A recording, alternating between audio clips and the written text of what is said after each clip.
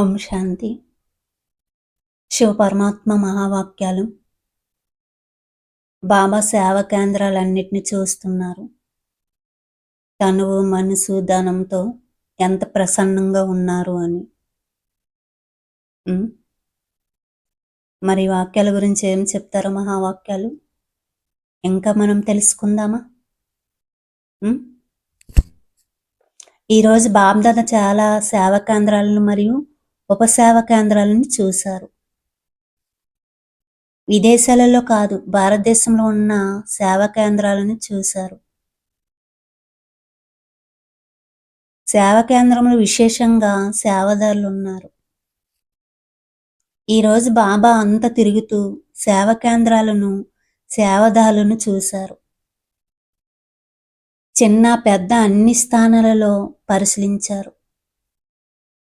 సేవాదారులు తనువుతో, మనసుతో, ధనంతో మరియు సేవ యొక్క సంబంధ సంపర్కంతో ఎంత ప్రసన్నంగా ఉన్నారు.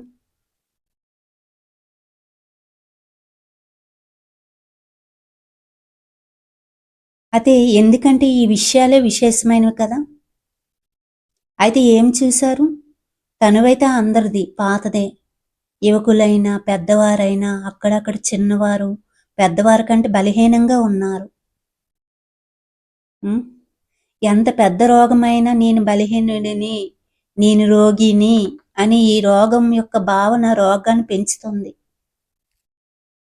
ఎందుకంటే తనువు యొక్క ప్రభావం మనసుపై పడినట్లయితే డబుల్ రోగిగా అయిపోయినట్లే. తనువు మరియు మనసు రెండు రోగిగా అయిపోతే మాటికి ఆత్మాభిమానిగా అవడానికి బదులు రోగాభిమానిగా అయిపోతారు. అయితే ఏం చూశారు?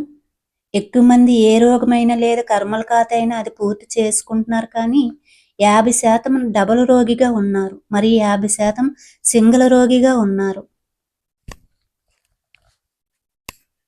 అసలు ఏమవ్వాలి? ఎప్పుడు కూడా నేను రోగిని అని మనసులో రోగం యొక్క సంకల్పాలు రాకూడదు. కానీ జరిగేది ఏమిటి?